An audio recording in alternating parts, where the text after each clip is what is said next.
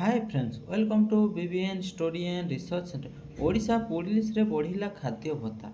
यह एक breaking news एबे डिक्लेयर करछन्ते कौन बढ़ी केते बढ़ी एवं कहार बढ़ी आसंतु पूरा डिटेल से जानिबा।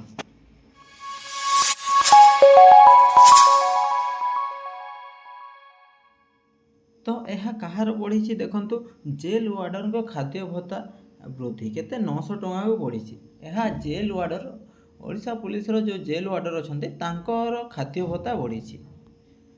भुवनेश्वर राज्य सरकार जेल वार्डर खाद्य भत्ता वृद्धि कर चीफ वार्डर वार्डर खाद्य भत्ता 400 रु 900 टଙ୍କା वृद्धि करा जायछि।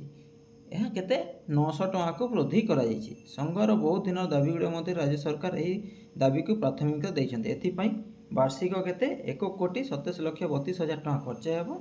जुलाई 30 तारिख रे एने सरकार विज्ञप्ति प्रकाश पाइथिला।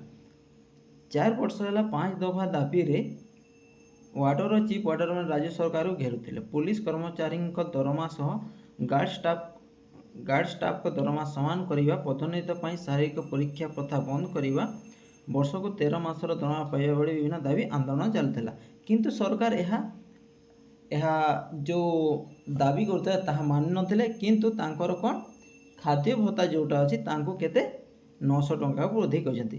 देखो 87 जेल रे केते पुणी एठी देई देछि डिटेल्स केते वैकेंसी अछि। एबे 87 जेल रे 600 वार्डर रो पदवी खाली रहिछि। एहा मु आपनको वीडियो माध्यम में जणैथिली कि जेल वार्डर को पदवी खाली अछि केते 600 पाखापाखि वैकेंसी खाली अछि। तापर जो 219 वैकेंसी थिला ताहा मध्ये नोटिफिकेशन आसीथिला किंतु रिक्रूटमेंट हेई पारिला नाही। किंतु एबे कोन आपनको रिक्रूटमेंट प्रोसेस बा मेथड ऑफ रिक्रूटमेंट आसी जाइछि बा केमति रिक्रूटमेंट करिवे ता विषय तो एबे बहुत शीघ्र यही पदवीटी पूरण हेबो।